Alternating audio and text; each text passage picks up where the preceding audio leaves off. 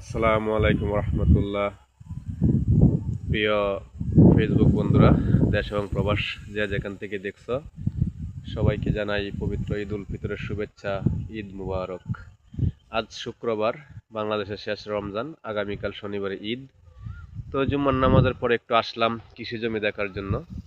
তো আলহামদুলিল্লাহ, এইবার এখন পর্যন্ত কৃষি জমির অবস্থা খুবই ভালো। এটা আমাদের জমি, খুব সুন্দর ধান হয়েছে, একদম মাটি দেখা যাচ্ছে না।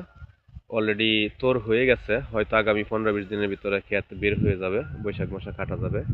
সব ঠিকঠাক থাকলে ইনশাল্লাহ এবার বুড়োর বাম্পার ফলন হবে।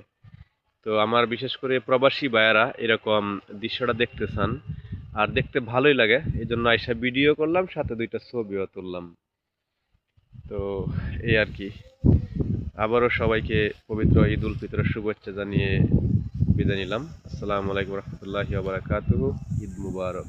তাকাব্বাল আল্লাহু মিন্না ওয়া মিনকুম।